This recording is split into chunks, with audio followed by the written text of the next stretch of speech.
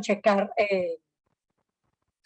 no sé si pudieron checar la lista que les mandamos, pero realmente identificamos uno como el tema que sí necesitamos discutir de manera previa. Los demás creemos que o son temas que pueden introducirse o sacarse de la redacción, o que más bien ya en papel va a ser como más fácil que lo discutamos y como ponernos de acuerdo, ¿no? Pero el tema que identificamos, donde les voy a proyectar denme un segundo.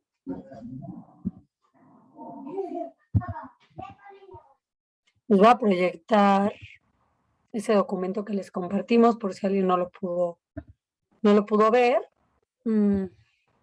Perdónenme.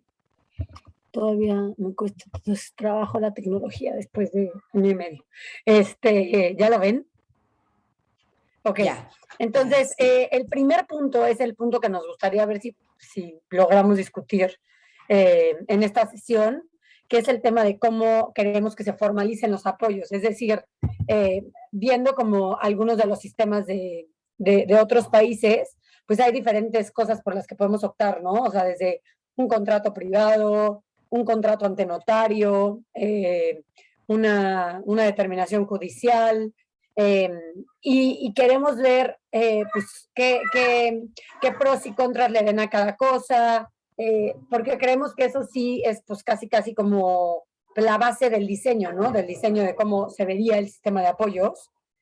Y pues sí, o sea, más que nosotros presentarles algo, lo que quisiéramos es que ustedes nos digan si hay algo que ya tienen en mente, y si no, bueno, decirles un poco lo que discutimos entre nosotros y dónde son los puntos en donde pues nos atoramos y queremos su retroalimentación. Entonces, no sé si alguien...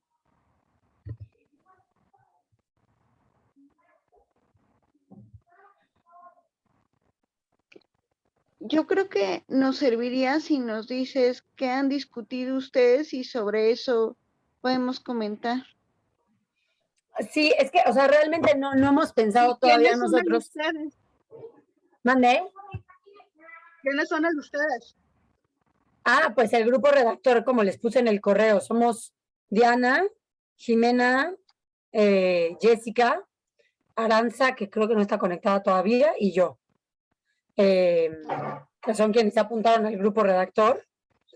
Y no hemos todavía trabajado, Mariana, a tu pregunta, no tenemos todavía como algo prepensado de cómo se vería. Te digo que más bien estuvimos discutiendo sobre los modelos que vemos allá afuera, ¿no? Que es un poco la idea que teníamos era que hubiera una manera como más laxa de formalización, o sea, como menos obstaculizante, menos regularizada y tal, que fuera como pues contratos privados que hagan las personas con discapacidad con sus apoyos, en donde básicamente pues determinen para qué, cuánto tiempo, cómo, de manera absolutamente libre, y que la formalización como más regularizada, que fuera notario y juez o uno u otro,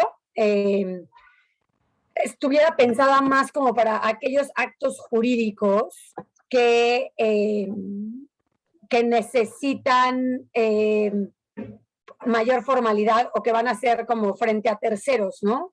Entonces, hablábamos un poco como de que cada persona con discapacidad autodetermine cuál es el nivel de formalidad que necesita. Entonces, por ejemplo, si una persona necesita un apoyo intenso en cuanto a la comunicación, ¿no? Entonces, va a ir al banco tal vez y la persona con discapacidad no puede expresar su consentimiento y necesita que lo haga otra persona en su nombre, pues igual y necesita un nivel mayor de formalidad, porque lo que está pidiendo es que la voz de otra persona sea tomada como su voluntad. Pero que, pues si yo, persona con discapacidad, voy a ir al banco acompañado de mi mamá, pero mi mamá simplemente va pues para ayudarme a entender bien lo que me está diciendo la persona del banco, o para ayudarme a tomar alguna decisión, pero al final la voluntad y voz va a ser emitida por mí, pues no necesita un nivel de formalidad de tener un apoyo notarizado, ¿no? O sea, como que un poco quitar esta premisa de que la persona con discapacidad necesita ese papelito para llevar a cabo algún acto, ¿no? Entonces, estuvimos discutiendo un poco como no caer en una sustitución de papel, o sea, como de ahora ya no te pido tu interdicción, pero te pido tu apoyo para hacer cualquier tipo de acto, aun cuando tú eres el que lo está expresando y tú estás emitiendo tu voluntad. Entonces, pensábamos en un sistema de ese tipo, ¿no? Por eso ahí dice como dependiendo del acto, del acto jurídico que se realizará o de la intensidad de los apoyos que la persona necesita, pero nuestra primera intuición era que no fuera algo que estuviera determinado, o sea, que nosotros no dijéramos a priori, para tales actos jurídicos necesitas tal cosa, sino que la propia persona determine según pues sí, sus necesidades de apoyo, si requiere esa formalidad. Y poníamos un ejemplo en la discusión que tuvimos, que es un poco como cualquier persona lo haría, ¿no? O sea, si yo sé que voy a salir del país y que mi mamá va a tener que ir al banco en mi nombre, pues voy a hacer un poder notarizado, porque sé que ese es el nivel de formalidad que necesito para lo que le estoy pidiendo a mi mamá hacer. Pero si necesito que simplemente mi mamá me haga un trámite de mi casa, que pues igual y no le van a pedir nada, pues no necesito hacer un poder notarizado, igual y una carta poder privada es más que suficiente. Entonces, que un poco de esa manera también quitáramos esta idea de tener como sistemas separados para las personas con discapacidad. Pero no sé qué opinen. Yo lo que opiné es justo eso, que sí se deberían de prever los tres tipos de formalización, digamos, y como lo acabas de decir, el contrato privado para aquellas personas que solo requieran que sean apoyos informales o familiares y que lo puedan manejar así, un notarial para esos actos que tú dices y sobre todo para establecer las obligaciones de los apoyos, pienso, ¿no? Y el judicial, pues para los casos estos excepcionales y difíciles en los que la persona no puede manifestar su voluntad. Yo creo que lo que hay que ver también es qué es lo que estaría requiriendo la contraparte, o sea, llámale institución bancaria, llámale oficina gubernamental o tal. Eso yo no sé cómo se determinaría pues en un momento dado, pero yo creo que esa es una consideración importante. ¿Permite? Yo creo que aquí el tema que me inquieta es entiendo perfectamente que haya niveles de cómo gestionar algún apoyo o concretar una acción de carácter jurídico, pero lo que me preocupa, y no solo lo aterrizo con personas con discapacidad intelectual, en general, para cualquiera que no está cercano a este tipo de trámites, si le hablas de un poder, si le hablas de ir al notario, si le hablas de acudir a un juez, generalmente va a decir, pues es que no sé de qué me estás hablando, cómo lo hago, quién me ayuda a formalizar tal vez algún documento, y si lo llevamos a personas con discapacidad intelectual, cuando hablamos de apoyos, el apoyo va a ser desde explicar en un momento dado, de acuerdo a su necesidad o su requerimiento, qué es lo que va a requerir. Y a partir de ese momento, pues lo más seguro es que incluso vaya a necesitar que alguien requisite lo que sea necesario para dar paso al tipo de apoyo que requiera, ¿no? Entonces, creo que tengo ahí una sensación encontrada entre que es necesario sí formalizarlo para que no quede en una cuestión de es que él me dijo que quería esto, pero por otro lado ver cómo facilitarle las cosas de tal suerte que no acabe dependiendo de alguien para materializar su voluntad. Esa es un poco mi preocupación. Sí, que es un poco la misma que tenemos nosotros, entiendo, Ernesto. O sea, y por eso un poco pensábamos en esta distinción.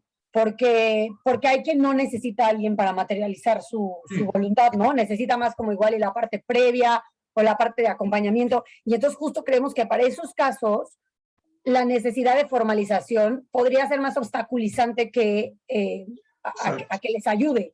Pero, pues sí, cuando estamos pidiéndole a un tercero que valide justo, ¿no? O sea, la actuación de un tercero que es el apoyo de esa persona con discapacidad, hasta por un tema como de salvaguarda, pues sí creemos que no podemos zafarnos del tema de que sea algo que esté formalizado, ¿no? Para ese tipo de casos. No sé cómo lo veas. Mariana tiene la mano levantada. Ah, perdón, gracias. Sí, gracias.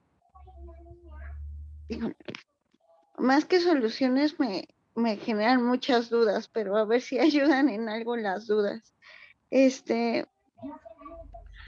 O sea, por un lado creo que tener varias opciones, ¿no? Como todo el panorama de opciones en apoyos me parece importante porque todas las personas tienen diferentes necesidades, se enfrentan a diferentes barreras, me parece bien. Lo único que me preocupa es un poco lo que dice Marité y Ernesto es, por ejemplo, en las que no son a nivel judicial, ¿no? El ejemplo que decíamos del banco, es que, o sea, me imagino actualmente al banco, yo sé que los bancos hacen prácticas discriminatorias y esas prácticas discriminatorias deben de estar prohibidas, pero ¿cómo asegurar que el banco no pida requisitos, o sea, mayores que obstaculicen el ejercicio?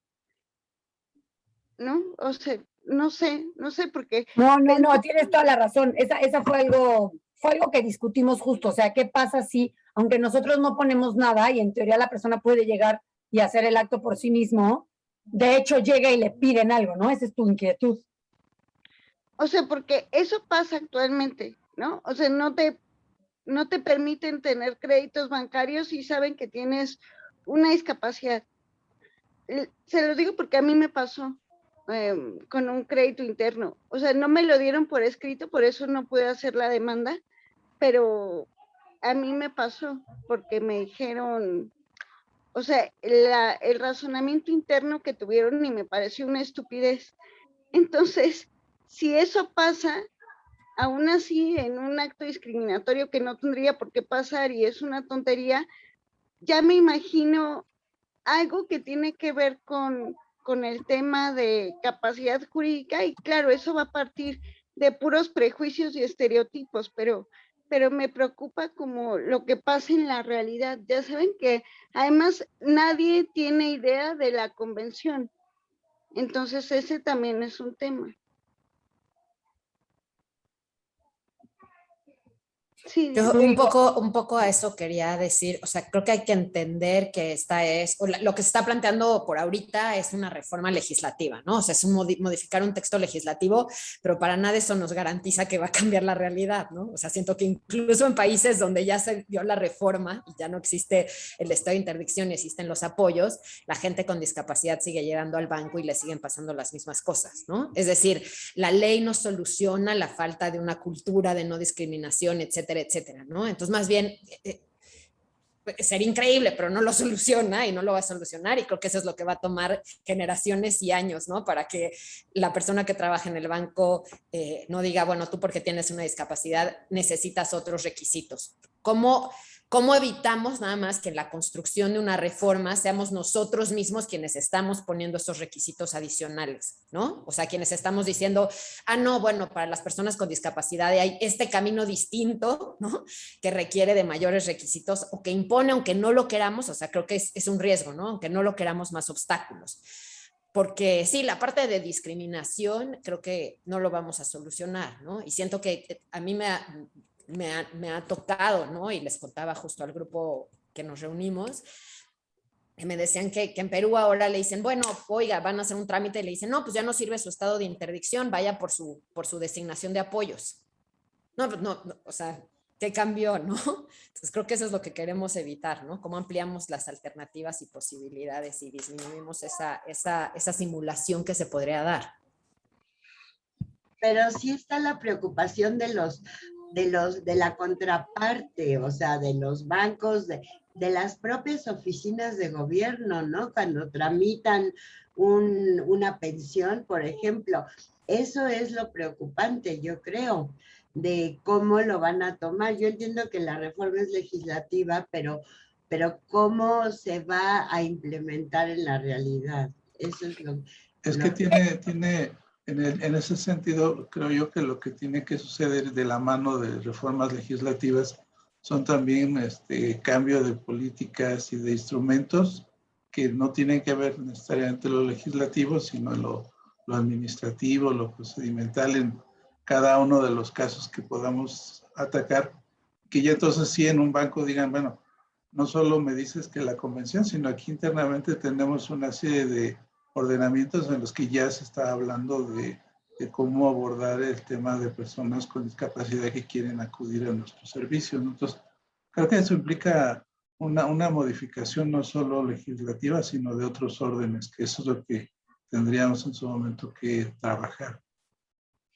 Qué rápido, digo, antes de que hablen Marifer y Mariana, o sea, creo que todos tenemos como las mismas preocupaciones en mente, pero creo que al final, si nosotros como establecemos algo como por miedo a que no dejen hacer un trámite o porque les exijan para la pensión y tal, también lo que estamos haciendo es generando esa vía para que el oficial del IMSS o para que la persona del banco de hecho esté exigiendo ese papel, aún de personas que tal vez actualmente ni siquiera tienen estado de interdicción y no necesitan nada y están haciendo cosas, porque al final, o sea, el ejemplo que poníamos es, si yo voy al banco y de todas formas me están diciendo, trae tu papel con tu apoyo y tienes que venir con tu apoyo y tal, va a acabar siendo lo mismo que ahorita. Nada más, ahora voy a firmar yo, pero a la que le van a preguntar si de hecho voy a abrir la cuenta de banco o no, es a mi mamá,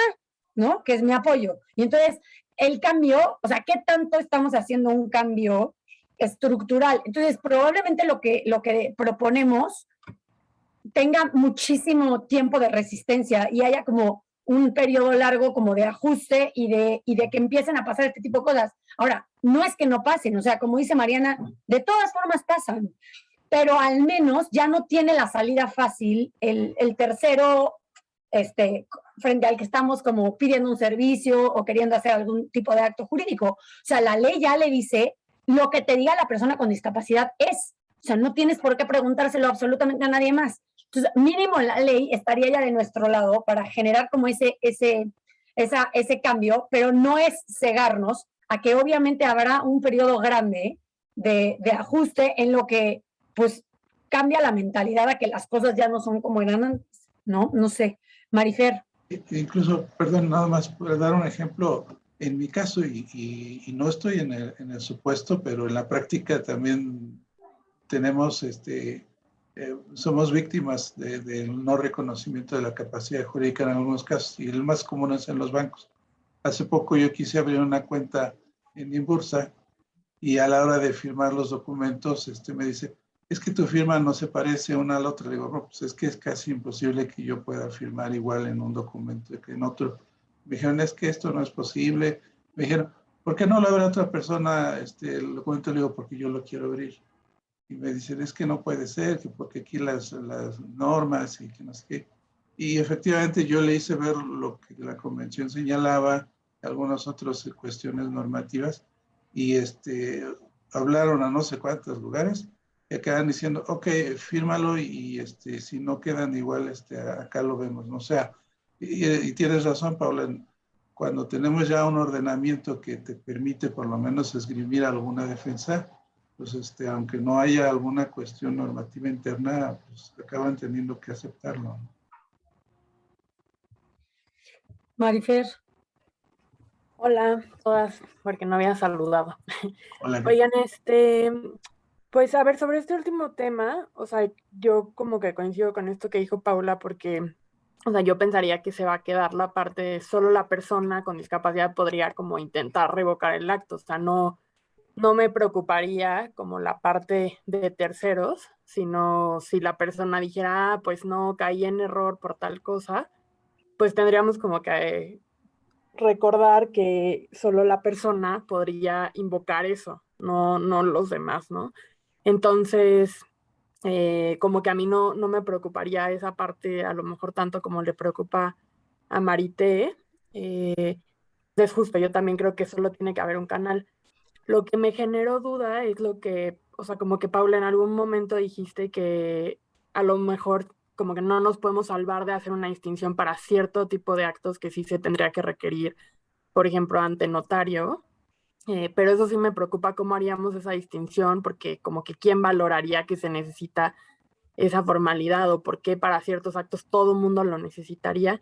Y ahí, o sea, a mí se me hace difícil contestar esa pregunta porque como intuitivamente digo, ah, sí, claro, hay actos que, pues no sé, importan más riesgo y entonces estaría bien pedir más formalidad, pero quizá sobre ese punto muy específico sí valdría la pena como hacer el análisis comparado para ver si todas las leyes de plano tienen eso y cuándo, ¿no? Para no decirlo como a ojo de buen cubero.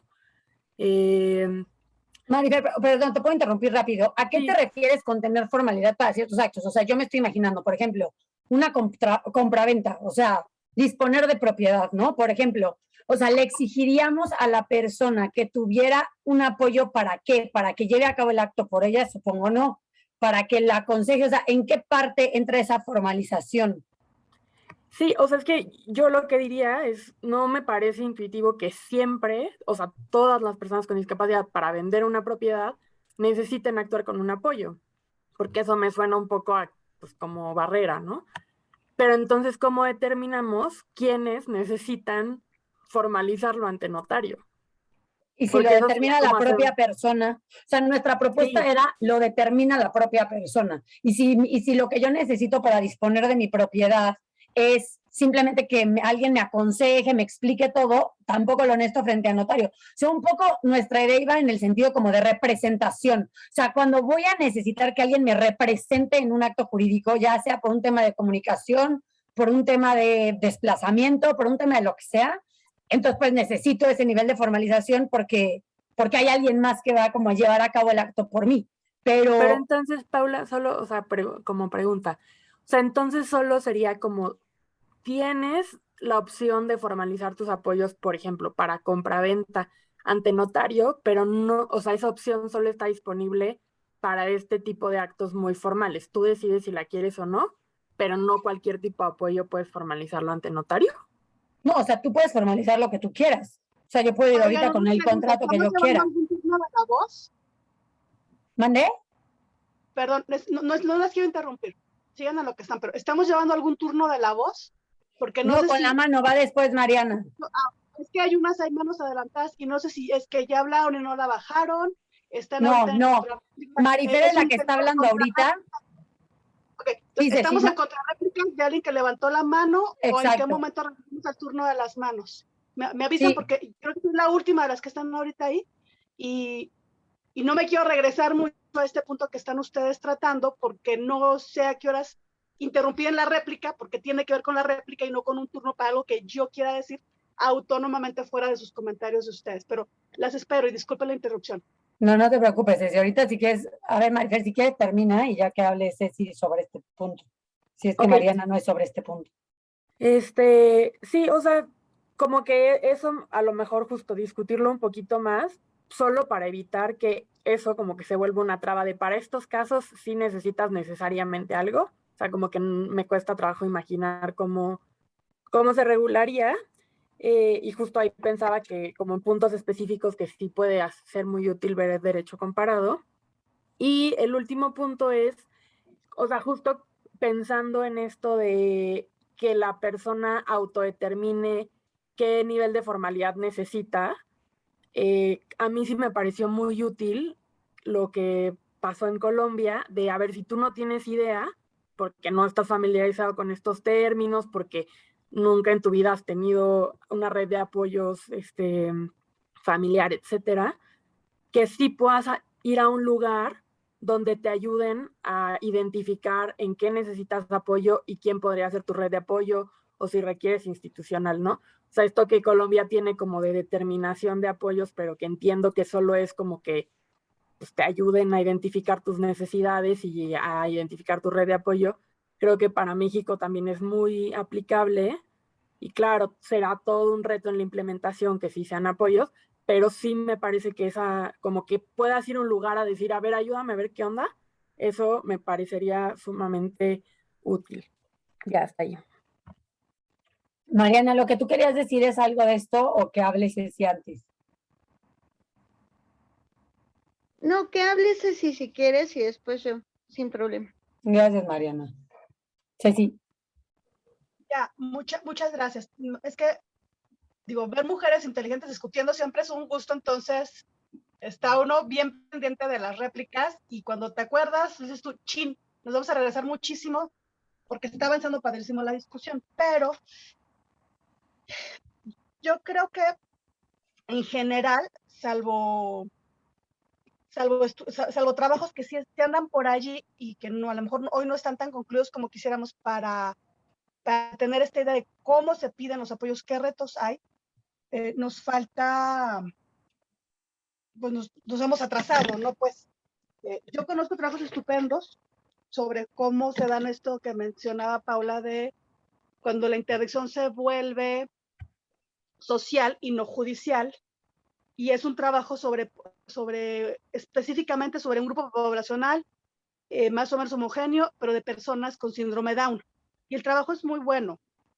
Ahora, partir de ahí, de ese fenómeno que observó este excelente antropólogo que sabe bastante de discapacidad, para efectos de su investigación social, de ahí habría que extrapolar algunas cosas de, bueno, bajo esa experiencia, cómo es que acaba algo tan interesante como la interdicción siendo un problema para todas las familias y cómo en esa solución de necesidades que no te da el sistema jurídico, la familia acaba replicando toda la lógica cuerdista y manicomial que hace que la interdicción sea un espacio invivible, ¿no?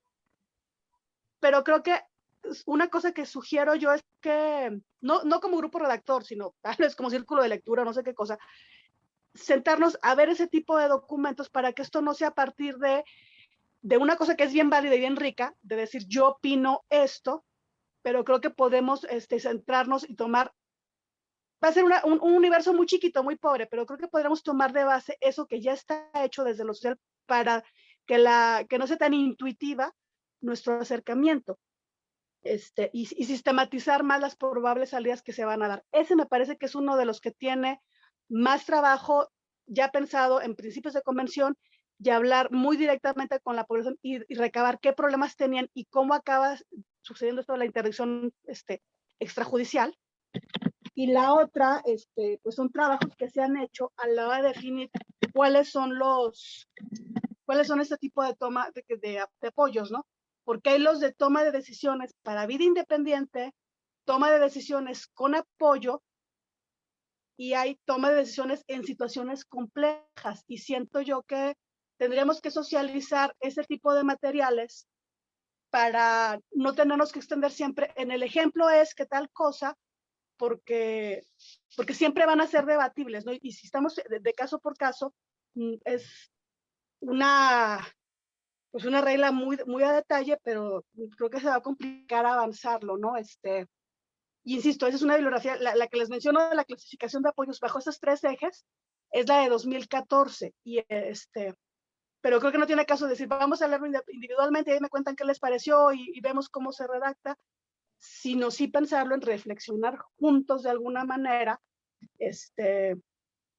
porque además son elementos que no tienen que ver con lo jurídico, sino con otro tipo de evidencia, está ya sistematizado, y a partir de eso lo que es que clasificar así que consecuencias legales, que eso sí lo sabemos hacer, asignarle a estos referentes que tenemos ya preclasificados, que ojo, el que yo les cuento no está centrado en México, pero es uno que es muy útil para saber, por ejemplo, que aquella sentencia 38, ¿cuál era?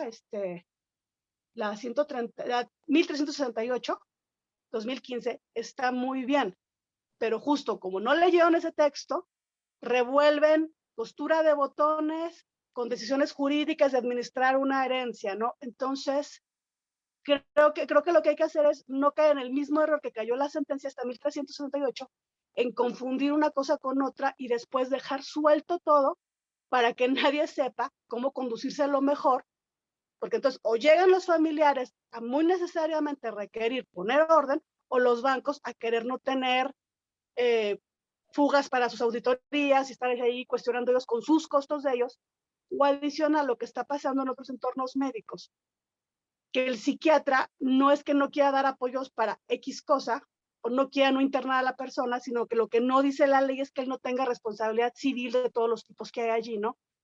O penal. Entonces, siempre va a haber estas tres resistencias muy básicas, por capital, por familia, por responsabilidades, pero primero tenemos que partir de sí tener esto clasificado y conocido con otro método que no sea el jurídico, esta población a la que nos enfrentamos, porque realmente se los digo con toda honestidad, ser abogada no te da para comprender esa realidad, y lean la sentencia 1368 después de leer el informe y van a ver que la sentencia es buenísima, pero es solo jurídica, y esto de hacer trabajo legislativo, pues es lo que decía Diana, ¿no? Cosas que no se solucionan desde la norma, que no va a ser la norma perfecta, pero que no genere las peores situaciones, porque es donde sí va a haber amparos, controversias, y desde llegar a presentarlo no va a funcionar. Y por ahí por una cosa que me estaban comentando en el Congreso, ¿no? ¿Cómo pueden ser grupos como los afiliados al PAN los que pueden estar parando más este tipo de iniciativas o cuestiones francamente presupuestales? Porque no tendremos que estar viendo dónde se pone en la ley, sino que Ernesto me va a decir, les va a explicar por qué también, pero el tema de los apoyos lo deberíamos estar discutiendo con el DIF, con el CONADIS, entonces sabemos que CONADIS está extinto, entonces no contamos con ellos. Todo eso, con lo que no contamos, nos hace necesario que ahorita estemos pensando más allá de la intuición de yo creo a partir de 5 personas y mejor abordar esto que les digo. El de Jonathan es un estudio mexicano, el síndrome Down, y el otro es un estudio mundial que hizo plena inclusión, que en cuanto pueda se los busco, pero trabajémoslo juntos, por favor. Y cierro micrófono, y chicas, por favor, avancen donde iban, que estaban excelentes. Sí, pues estaría buenísimo que nos los compartas. El de plena inclusión es el de independientes, pero no solos, el que hace como la división de cuadritos de decisiones jurídicas y decisiones no jurídicas. Sí, creo que es uno del 2014. Sí. Pero, ¿cómo les diré? De veras, ese texto hay que revisarlo con todos los detalles, con toda la lupa de las cosas que no nos sirven, porque no hay la estructura de donde se toman esas buenas prácticas para decir que así es. Entonces, pues es muy diferente establecer buenas prácticas al estilo Inglaterra, donde hay instituciones de la infancia muy serias, o si no serias, muy conscientes de sus consecuencias propias, a un DIF que quién sabe dónde está, una procuraduría de la infancia que no tiene dinero, un CONADIS que anda cuidando la quincena y no aparecer. Entonces, hay mucha pobreza institucional a la que nos enfrentamos, y yo creo que si además no tenemos bases comunes, vamos a tener aquí discusiones inmensas. Y yo, además de que las tengo que dejar a las 10, les cuento. Sí es terrible lo que nos cuenta Ernesto sobre esas ideas a frustrarse al banco. Mi mamá ahorita está en cuidados paliativos ya en medio del Alzheimer y en medio de cáncer de pulmones, bueno, de una metástasis de pulmón después de ser cáncer de huesos. Todo esto de estarlo decidiendo como familia, no siendo cuidadora principal, pero con el rollo de capacidad jurídica, pero a ver a qué horas empieza un hermano con que, bueno, pero es que es más práctico porque en el hospital, realmente yo en principio no adhiero no adhiero la idea de quitar autonomía que tienen muchas de las iniciativas desde los cuidadores. Pero desde la experiencia con mi mamá, yo entiendo que la gente se desespera. Y créanme lo que ahorita que estamos decidiendo si me voy a Monterrey a verla, porque tal vez esto ya sean los últimos momentos, yo agradezco que esto sea rápido. Y lo puedo decir ahorita porque ya hasta discutimos porque no hay eutanasia en México, porque ya no tomó decisiones ella. Y definitivamente lo que yo no deseo para ninguna familia es estar decidiendo qué haces con extender estas decisiones sabiendo que el poder que ella dejó notarial, porque todo esto de lo notarial que están discutiendo, si lo tenemos hecho con mi mamá, ¿saben qué nos sirve? Entonces, creo que la responsabilidad que tenemos justo con esas familias que se enfrentan a estas cosas, donde además los principios no están tan claros, no hay un abogado que les diga, mira, no corras riesgo, porque además, aún teniendo ese abogado, la familia no siempre te puede escuchar anímicamente. Entonces, creo que hay que pensarlo desde un lugar claro desde la militancia, pero también muy práctico de que esto es un trabajo muy imposible. Y los dejo a las 10 porque me tengo que ir a ver qué pasa con mi mamá, perdón. Gracias, Ceci. Esperemos que tu mamá esté bien. Lo siento. No, pero además, bueno, ojalá sí nos compartas todo eso, Ceci.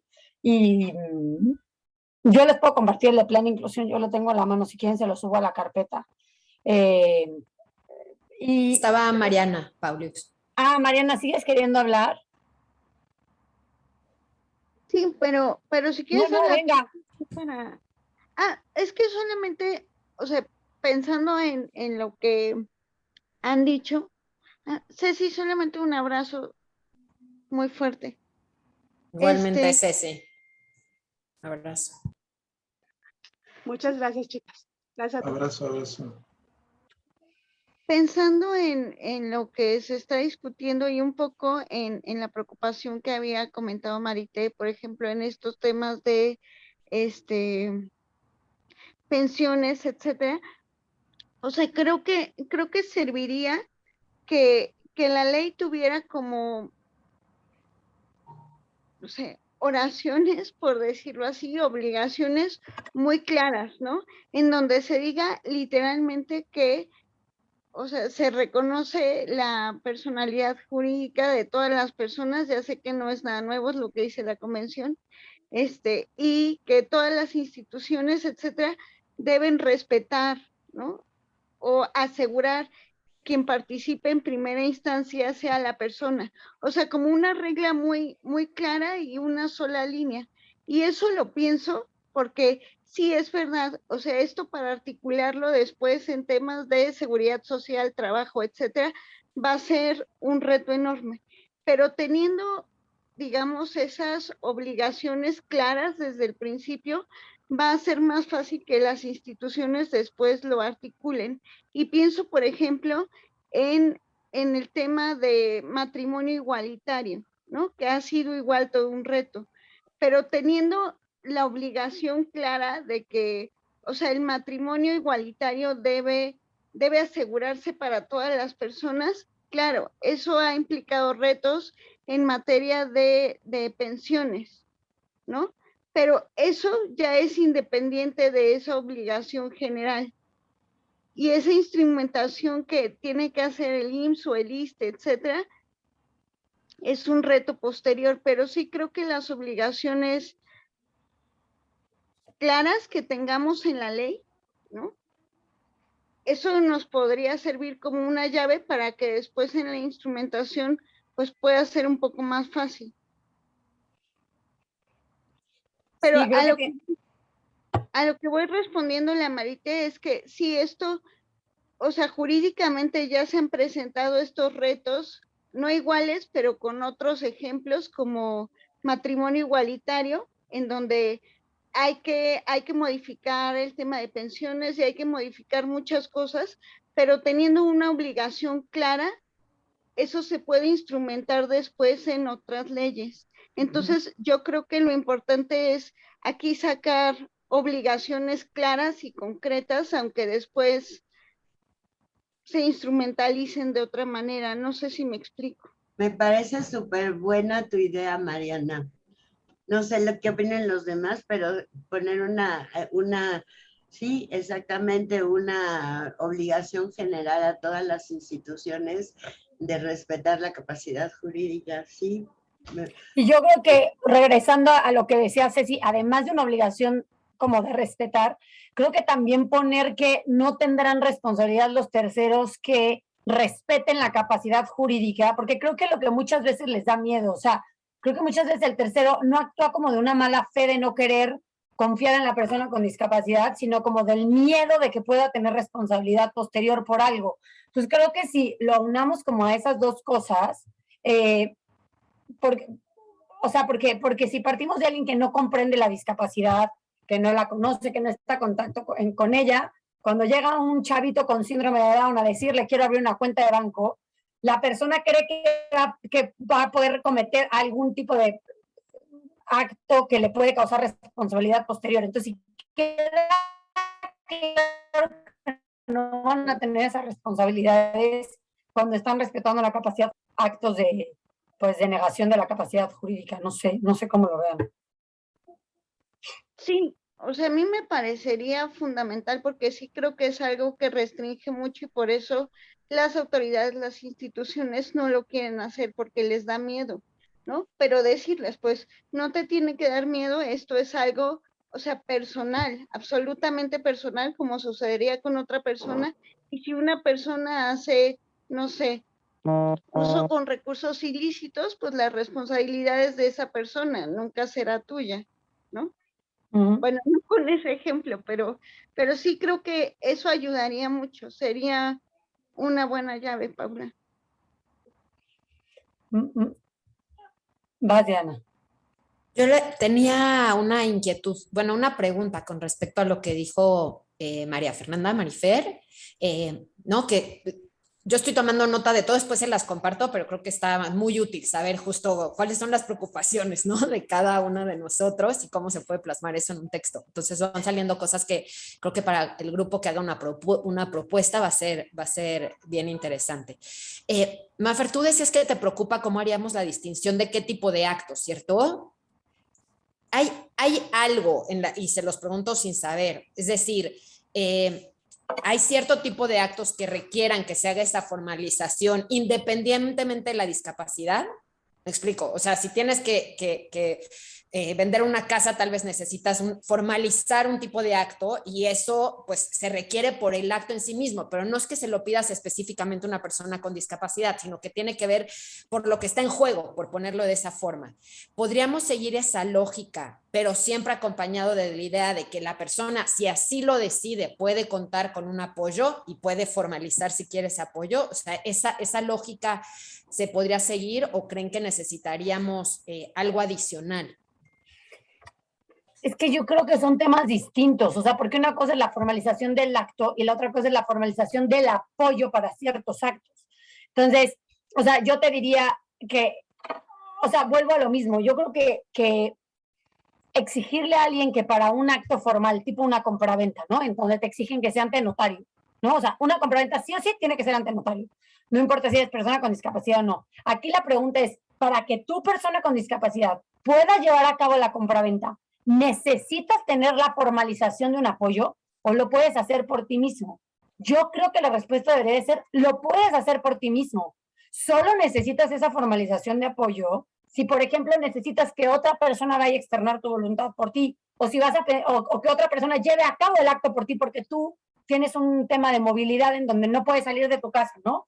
Y creo que si lo acompañamos, por ejemplo, de alguna obligación genérica de permitir el acompañamiento, por ejemplo, porque creo que luego es lo que pasa mucho, ¿no? O sea, en estos ciertos actos en donde pues no tienes que entrar tú solo, ¿no? O tienes que estar tú solo porque si no la voluntad puede ser tal. Como que cambiar esta lógica y empezar a entender que una persona con discapacidad, pues a veces necesita ese acompañamiento por cualquier razón que sea y no necesita que el apoyo esté formalizado en un papelito ante el notario para que tú le reconozcas que va a entrar con su mamá. Creo que algo así podría ser, pero sí creo que son cosas distintas.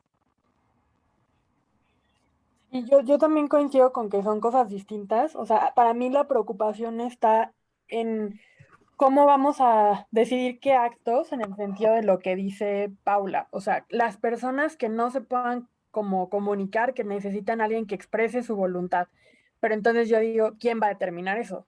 O sea, el comprador de la casa o el notario, porque ahí es donde yo digo, pues que claro, va a llegar cualquier persona con autismo, por ejemplo, y van a decir, pues no, claramente yo le pregunto una cosa y me contesta otra, ¿no? O sea, no puede expresar por sí mismo la voluntad, entonces necesita formalizar el apoyo, porque necesita que un apoyo le exprese su voluntad, ¿no? Entonces, como que esa es la línea donde me preocupa y que, o sea, justo ahí tengo esta noción porque, bueno, ahí comparto como con lo que había dicho Ceci de con base en qué vamos a tomar estas decisiones, digamos. Entonces, o sea, a mí se me hacía que también, o sea, puede estar interesante ver estas cuestiones sociológicas, pero también en el derecho comparado, saber dónde pusieron esas rayitas, porque sí me parece que ahí se podría convertir en una traba en decir, las personas que no se pueden comunicar son las que van a necesitar formalizar el apoyo porque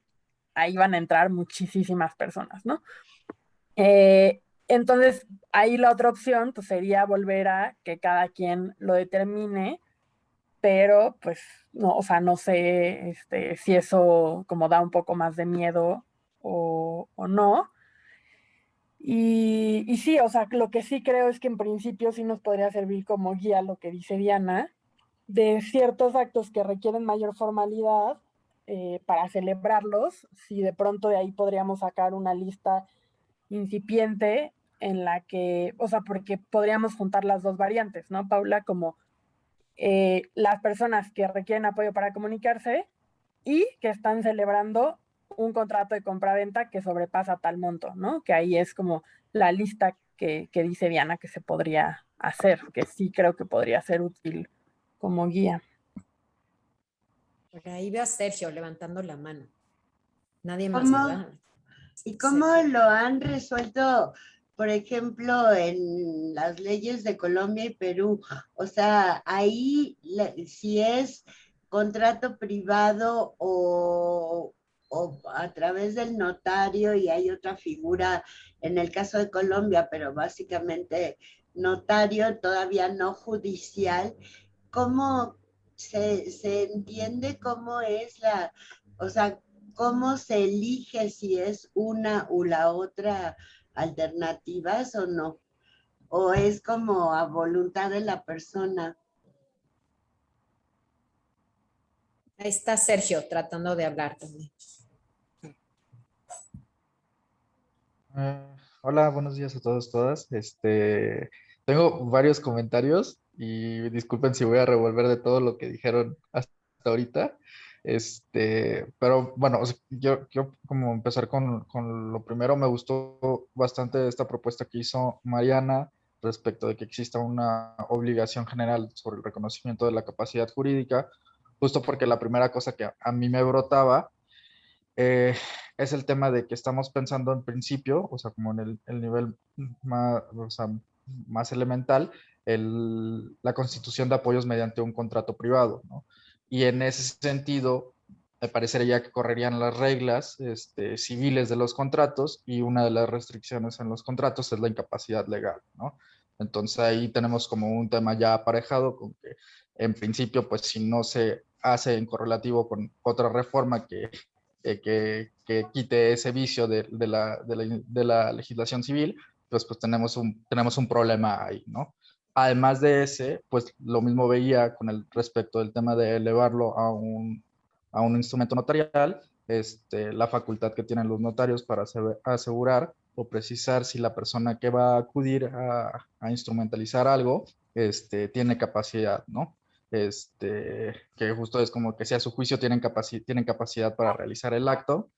Eh, y con el tema del juez, el tema o sea, de dónde estarían las limitaciones dentro del ejercicio de sus facultades, justo porque incluso hay momentos, por ejemplo, en el Código Civil Federal, en donde el juez tiene facultades amplias para determinar si alguien está, entre comillas, en su cabal juicio o no, ¿no? Entonces, como que todas estas son precisiones que creo que también deberían de estarse como contemplando, que no están precisamente dentro o sea, del tema de cómo se formalizarían los apoyos, pero que sí siguen incidiendo, o sea, como sale literalmente en esto, ¿no?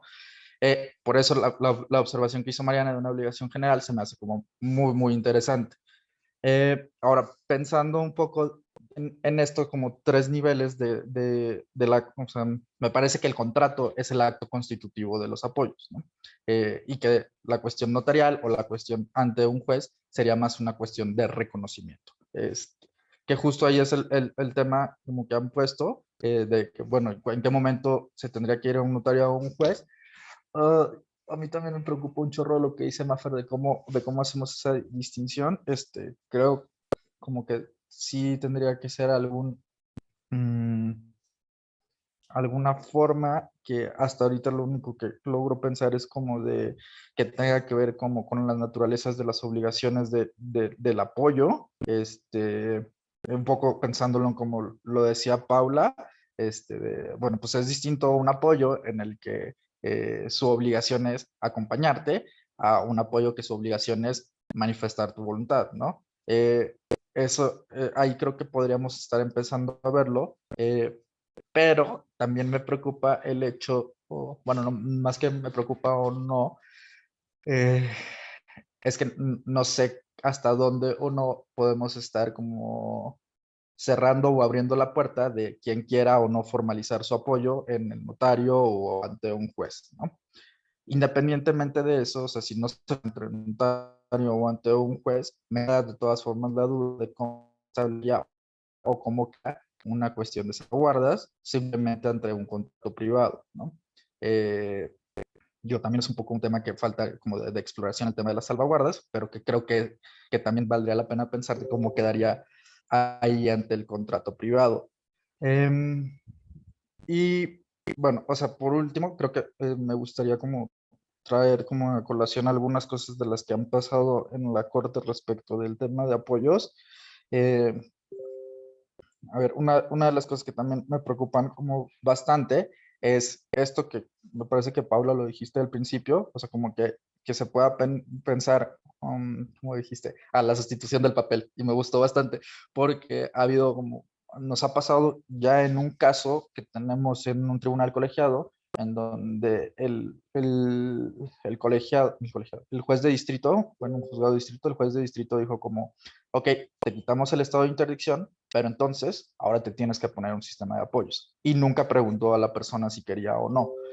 Un poco, también nos pasó ahorita en el caso que tenemos en la corte y que se iba a resolver ayer, que no se resolvió, logramos incidir un poco al respecto.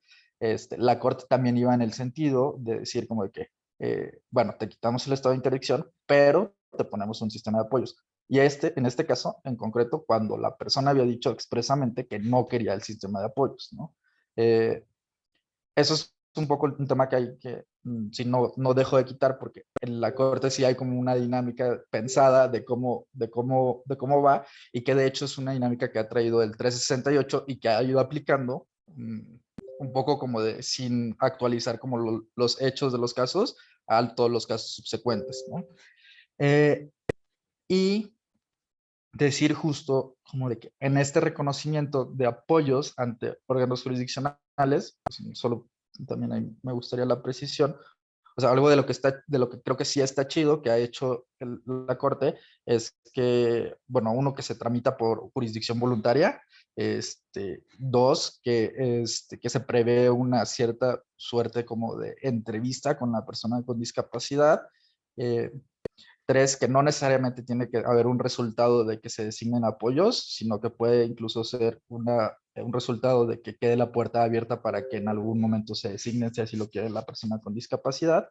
Y ahí incluiría el tema que dijo Mafer hace rato, o sea, de que exista también este órgano jurisdiccional de alguna forma, funja como herramienta para que se indaguen sobre las necesidades de la persona y se pueda apoyar a la persona para que la misma persona defina su sistema de apoyos, ¿no? Y ya, sé que dije un chorro de cosas, lo siento.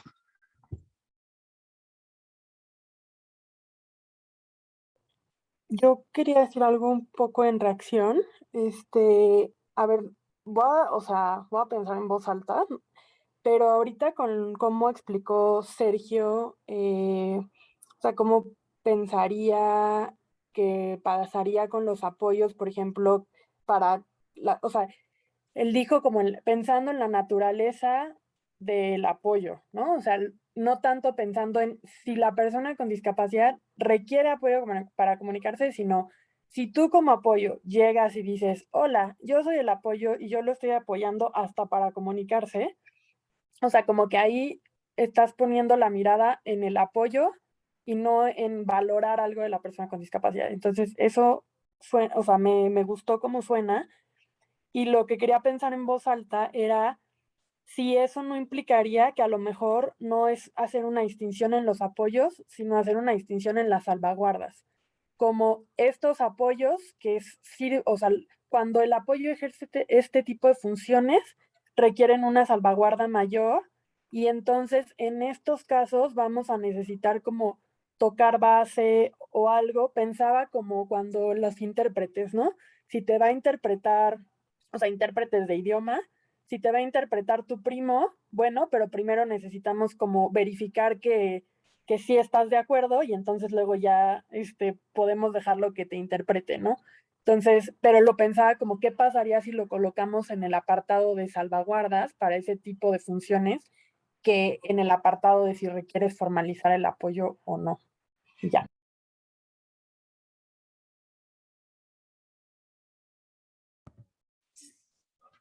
Sí, creo que es un buen punto que al final puede ser lo mismo, pero dicho de otra manera.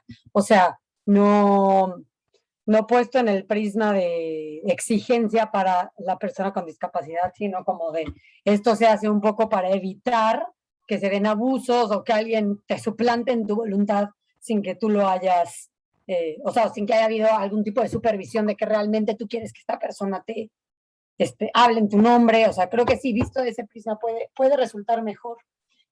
Digo, otra preocupación que había, que creo que no podemos ignorar, es el tema pues, de los costos y de o sea, un poco lo que decía Ernesto, ¿no?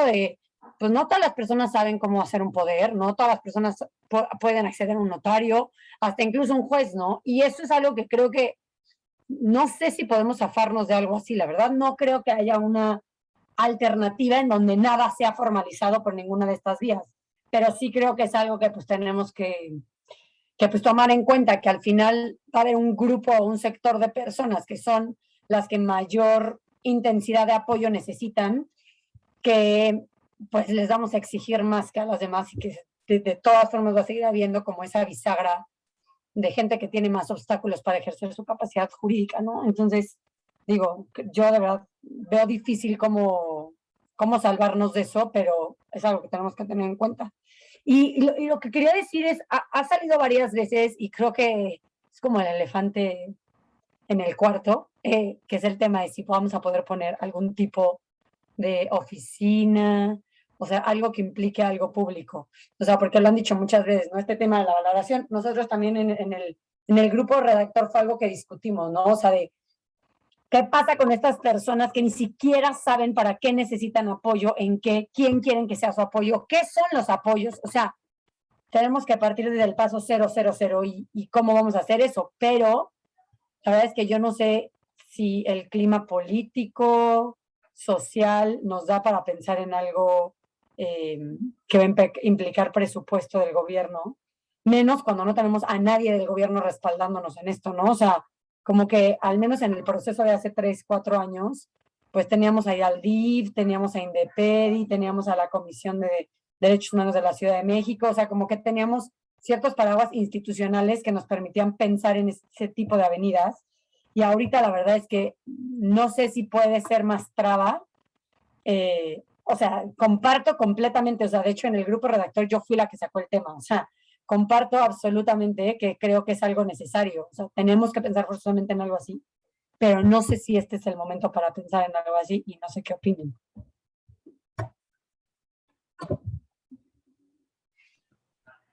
Pones el tema difícil, Paula. No, pues, o sea, yo la verdad, o sea, no lo había pensado tanto, o sea, a lo mejor me gustaría meditarlo poquito, pero no sé, en principio siento que sí me parece muy, muy importante. A lo mejor, o sea, de pensarlo poquito más sería cómo podríamos hacer para dejar esa puerta abierta sin necesidad de regularlo ahorita, o sea, si vemos una opción viable para hacer eso.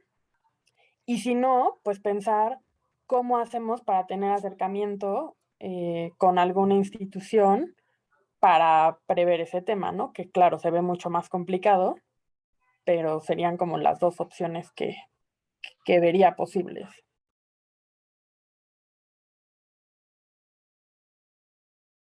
Ay, perdón, pero yo me perdí un poco. ¿Qué es lo que estamos discutiendo ahorita? Paula. Si quieres que sobre el tema de, o sea, sí, como que a varios nos llama la atención el tema de que haya una institución a la que las personas puedan ir y decir, oye, no tengo idea ni qué es un apoyo, si yo requiero uno, pero eso ya implica que haya una previsión presupuestal y de facultades para esa institución pública, y pues no tenemos a ninguna institución pública sentados en la mesa. Entonces, y puede pues entorpecer como el procedimiento de reforma el hecho de que implique presupuesto y que necesitemos como ver esas cosas. Entonces, creo que Paula quería discutir sobre eso. Ya, perdón, gracias.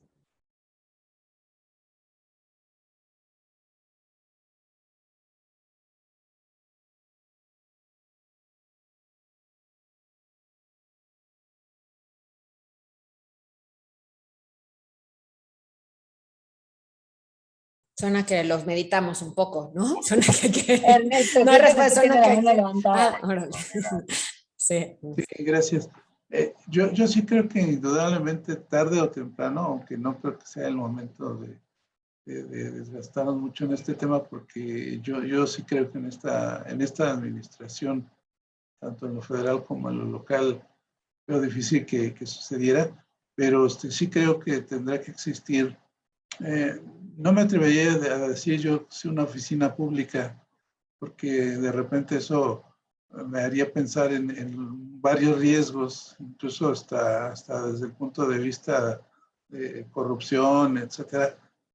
Pero me parece que tendría que existir algún espacio con la participación de sociedad civil, particularmente de las organizaciones que directamente tienen que ver con personas con discapacidad intelectual o psicosocial, que de alguna forma se conviertan en ese cuerpo o ese sistema de apoyos que tuviera, sí, sin duda alguna, algún tipo de financiamiento, algún tipo de apoyo o de recurso público para operar, ¿no?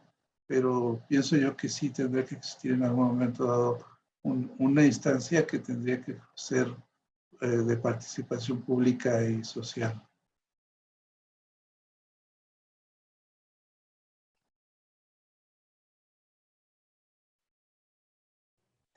Pero, o sea, no sé, quizás sí, o sea, estaba pensando en esto de, si todos vemos como que sería muy útil, o sea, a lo mejor solo como acordar que sí se deje la puerta abierta, que podría ser como en el sentido de que luego, o sea, que se establezca la obligación de que se tiene que prever esta vía como transitorio, o establecer nada más como una obligación muy, muy genérica, que digamos luego con esa se pueda luchar por, oye, no han hecho nada en este sentido, ¿no?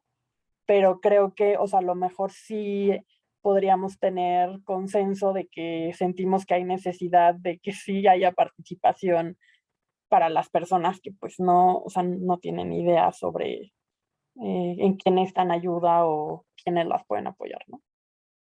Creo que sí, pensando de rebote lo que están diciendo, justo un tema como el que planteaba Mariana de obligación genérica, es decir, ¿no? Como, y tal vez si tú vas a un juzgado no hay una obligación del juez o del órgano jurisdiccional de explicarte, ¿no? Igual que cuáles son tus derechos, ¿no? En este caso sería el tema de que es un sistema de apoyo y todo. Pero, o sea, no sé, creo que sí abre un tema de obligatoriedad de hacer eso. Después que existan organizaciones de la sociedad civil y otro conjunto de actores a los cuales puedas acudir, está bien, pero ¿en qué medida? O sea, la idea es si existe una obligación o no, ¿no? Y a qué actores podrías obligar o a qué instituciones podrías obligar, ¿no? Creo que hay otra parte más complicada que es cuando no tienes, o no sé, también se puede dejar la puerta abierta a una infinidad de opciones. Cuando no tienes apoyos naturales, cuando no tienes un sistema de apoyos, ¿no? ¿Quién puede fungir como apoyo, ¿no?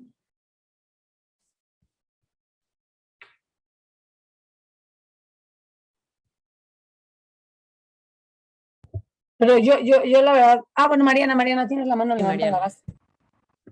No, pues un poco es, ahondando en lo que decía Maffer, porque yo sí creo que es muy importante.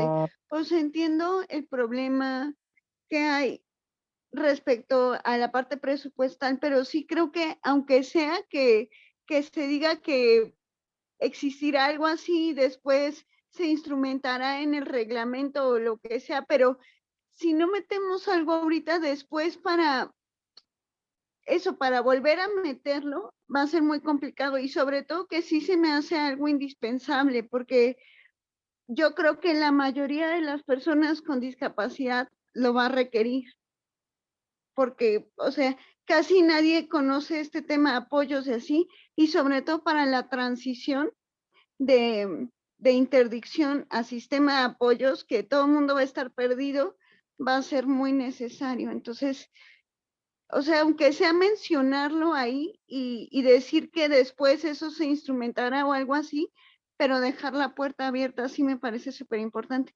Y también me parece importante, o sea, entiendo la problemática de que dependa del gobierno, pero sí me parece importante que sea una institución gubernamental, no por otra cosa, sino por un lado porque es una obligación del Estado, en virtud de la propia convención, instrumentar todo esto. Y para todo esto, pues se va a necesitar sí a futuro presupuesto. Y la verdad es que las organizaciones civiles, o sea, no van a poder cumplir con todas estas obligaciones justo porque se requiere presupuesto. O sea, ya cuando hablemos de cómo se va a crear esta institución y así, claro que podemos hablar de su conformación y que dentro de su conformación participen organizaciones de personas con discapacidad si quieren. Pero sí creo que, o sea, que esto debería estar a cargo de una institución pública. Insisto, por un lado porque es una obligación gubernamental y por otro lado pues porque a fuerza se va a requerir presupuesto y ese presupuesto pues no se va a poder sacar de otro lado. Entonces sí creo que es importante. Yo lo que creo es, o sea, yo estoy de acuerdo con todo. Creo que más bien aquí el tema sí es algo que nos toca prever desde este momento, o en este momento lo único, o sea, yo la verdad me oriento más a lo que decía, creo que fue Marifer, de poner una obligación más genérica de que se tendrán que crear esos apoyos y pelearnos en el cómo, quién, cuándo, dónde, en una etapa posterior. O sea, creo que va a ser difícil desde este momento abarcar todo lo que sabemos que resulta necesario para que esto funcione bien. Y dado que no se ha mostrado tanto apoyo a estos temas, pues sí, probablemente tenemos que ser menos ambiciosos en una primera etapa y eso pelearlo en una segunda, pero sí amarrarlo con una obligación como más general. No sé.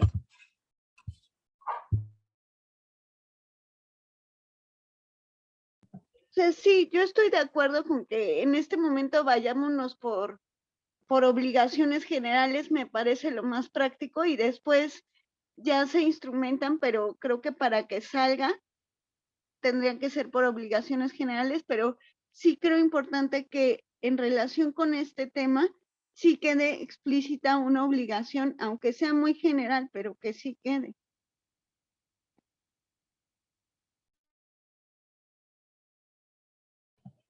Y pues creo que ahí ya podríamos tener consenso.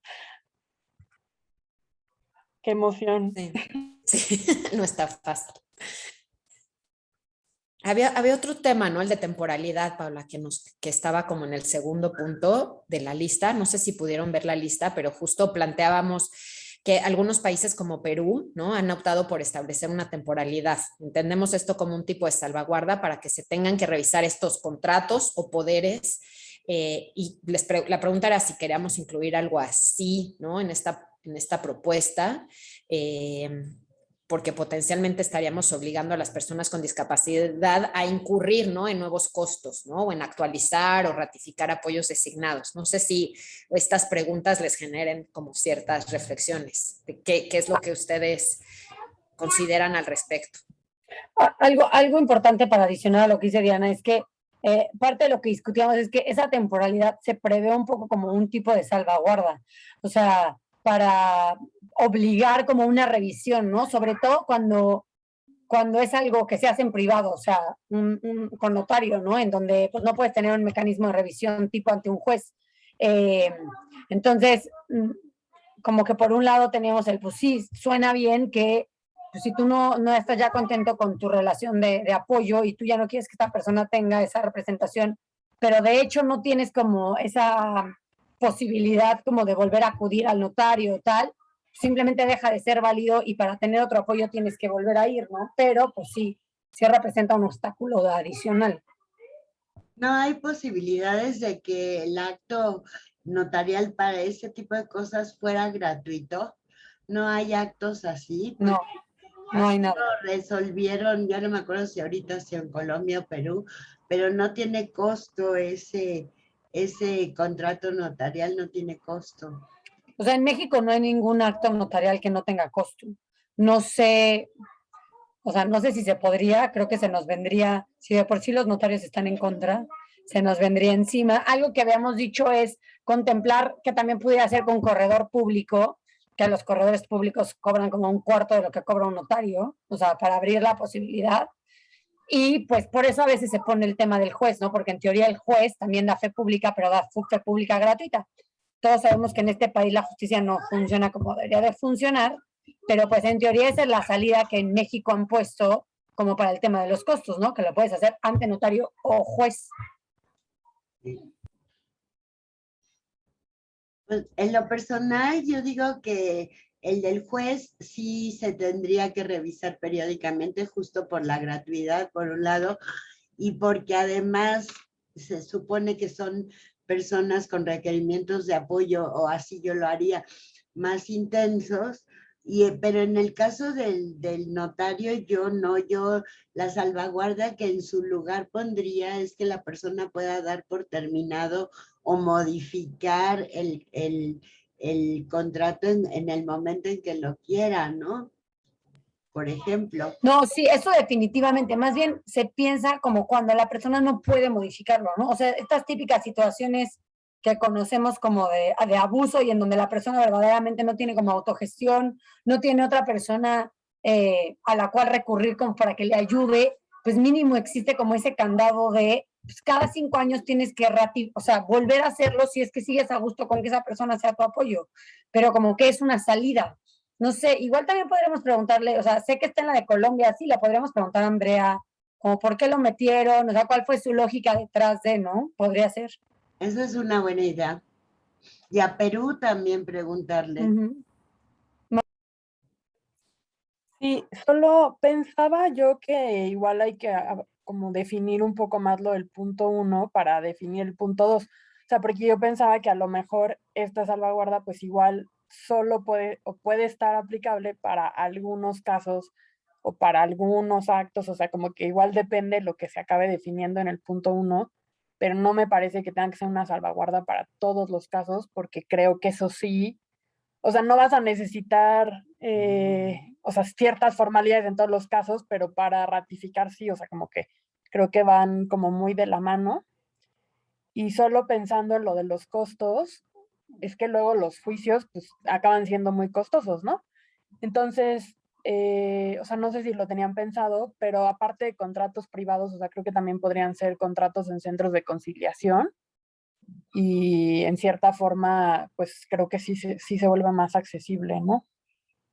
Y ya, hasta ahí mis ideas. No, pero justo teníamos esa pregunta, no sé si tú sabes o alguien sepa si tienen fe pública los conciliadores. En la Ciudad de México, los que están certificados por el tribunal, sí tienen fe pública. Buenísimo.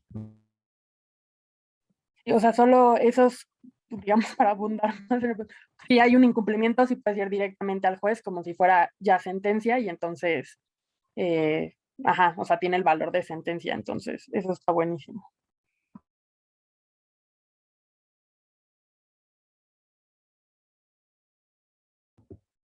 Pues creo, o sea, creo que en parte lo que dice Maffer tiene razón, o sea, hay cosas que ya con una redacción nos van a permitir como afinar más detalles de así, o sea, creo que la intención también de hoy no era tanto que acabemos de definir algo, sino como ver en general el grupo en qué andaba, cuáles eran las inquietudes, pues que nos retroalimentaran con cosas que igual ya a nosotros no se nos habían ocurrido o que no habíamos cuestionado y como que tener ese panorama más general y pues darnos a la tarea de hacer igual y para la siguiente como pues ya una propuesta, no completa, no se me emociona, pero como de cómo se vería, o sea, la estructura general de cómo lo tendríamos pensado, creo que podría servir para igual y mandárselos un poco antes para que lo vean y ya pues vengan con comentarios más específicos sobre lo que se nos haya ocurrido a raíz de esta. No sé cómo lo vean las demás.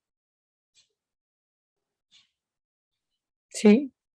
Y los demás, o sea, no el grupo de redacción. De acuerdo con ello. Igual sí, o sea, si en el transcurso de este mes se les ocurre algo que no hayan dicho aquí, pero que creen que es importante que tomemos en cuenta o lo que sea, pues creo que también igual es útil que abramos algún documento de Google en donde pues saquen sus ideas y nosotros podamos estarlo consultando para ver si alguien tuvo nuevas inquietudes, no sé, algo así podría ser. Mafer, ¿querías decir algo? No, era una manita de dedo arriba porque preguntaste qué pensábamos. Tal vez el mismo documento que mandaste, Paula, ayer en la noche, donde pusimos algunos de estos temas, sí, les van surgiendo algunas inquietudes sobre otros temas que les parece importante discutir, estaría genial que lo pusieran ahí.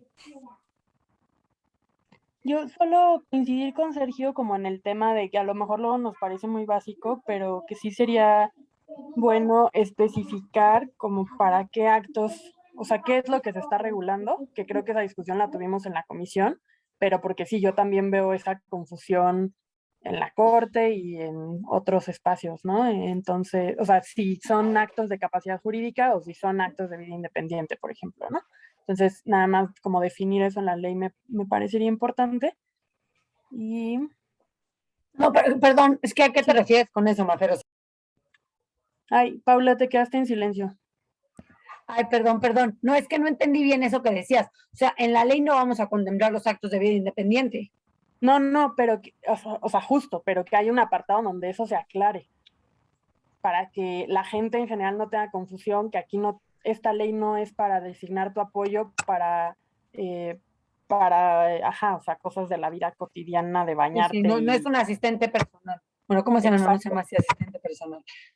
Pero sí, si no es alguien para facilitar las cuestiones de la vida diaria, sino solo los actos jurídicos. Es justo el apoyo del artículo 12.3 de la Convención, es el apoyo para el ejercicio de la capacidad jurídica. Ajá, exacto. Yo no se confunda con cuidadoras. Sí, justo, o sea, solo como que hay que ponerlo porque luego nos parece obvio, pero no lo es, y ya. Sí, y hay muchísimas confusiones, ¿no? En los jueces y así. Sí, pues lo que decía Ceci, ¿no? Del amparo es en el que era para coser botones y qué sé yo, el caso de Eduardo. Y bueno, yo me acuerdo que la comisión nos tomó un buen tiempo llegar a la decisión de si era apoyo para todo o apoyo solo para el ejercicio de la capacidad jurídica, pero yo creo que sí es importante que ahorita solo se toque el apoyo para el ejercicio de la capacidad jurídica. Claro.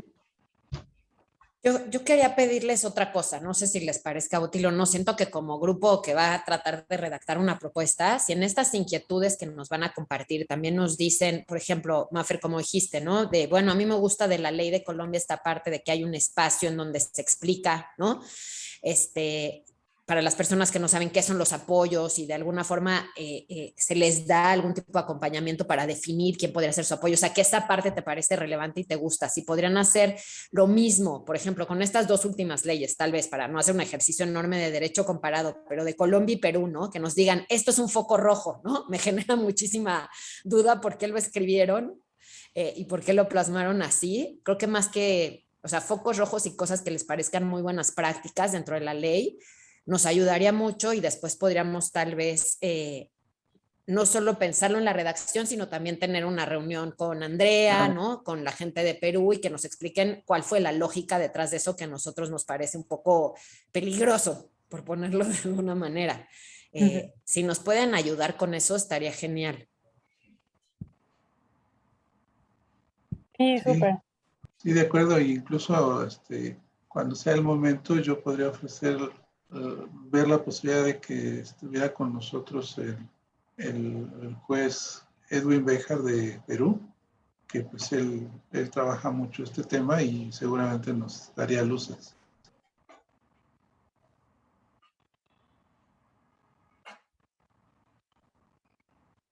Buenísimo, Ernesto, gracias. Pues si nadie tiene otro comentario, creo que podríamos dejarlo hasta aquí y ya hacer eso que quedamos y vernos el lunes. Que sería el... Perdón, Paula, había otra pregunta en la lista que mandaron sobre, ya se me fue, sobre si cómo resolveríamos lo de salvaguardas, si con una tormenta de ideas o con revisión del derecho comparado. Yo creo que sería bueno las dos cosas, o sea, que ustedes o con el documento del Google que propone Diana, ponemos como la lista de las que se nos ocurren o por la revisión del derecho comparado y que a partir de esa lista hagamos una tormenta de ideas, me parece. Sí, sí, ¿no? es buena idea, Marite. Igual lo ponemos en el chat también para los que no se conectaron, que nos ayuden en eso, porque sí creo que va a ser la parte más difícil porque en las leyes hay de chile, mole y pozole en cuanto a salvaguardas. Entonces, pues sí, eso es buena idea. Y la tercera era sobre en dónde ponerlo. Y nuestra propuesta era que fuera una elección nuestra a discusión. El en dónde va a ir va a depender mucho del clima político, de en dónde nos dan entrada, de una serie de factores. Entonces, lo que se nos había ocurrido, y no sé qué opinan, es que la entrega de esta propuesta sea como 3 partes, ¿no? Una en donde pongamos el dice debe decir del Código Civil, ¿no? O sea, sobre todo qué le tendríamos que suprimir o modificar a lo ya existente. Luego, una segunda que sea como la redacción de la parte sustantiva, que en un futuro se puede convertir en un capítulo del Código Civil, o si decidimos hacer una ley aparte en una ley aparte, o si, lo que sea, pero que sea como algo independiente.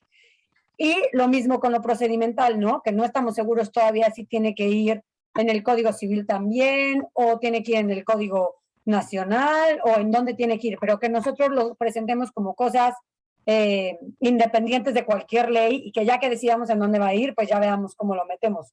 No sé qué opinen de eso. Sí, a mí me sonó muy bien. Y a mí también. A mí también.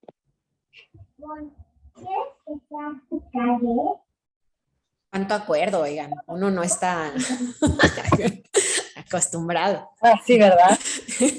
Ay, Sergio, no, Sergio otra vez, yo iba a decir, Sergio tiene la mano levantada, pero ya vi que es dedito para arriba. No estoy Pues hay que ponernos a trabajar. Sí, súper. Todos. Sí, buenísimo. Gracias. Súper, pues muchas gracias a todos y cualquier cosa igual Gracias. seguimos en contacto en el chat. Oigan, ya están ahí mis sentencias en el Drive, nada más para que sepan, porque las subí a última hora, claro. Súper, súper, siempre. pero ahorita, ya que esté completa, se las comparto a todas. Es que me ayudaron Mafer, Mariana y Aranza a hacer el análisis de las sentencias de la Corte. En cuanto estén completas, les comparto la carpeta a todos para que quien quiera verlo lo pueda ver. Y es una ficha de análisis por sentencia. Muy bien. Súper. Interesante. Sí, bueno, pues muchas gracias. Gracias a ustedes, todas. Saludos. Gracias. Buen día, Bye. chao. Bye, igual. Bye. Bye. No sé cómo irme.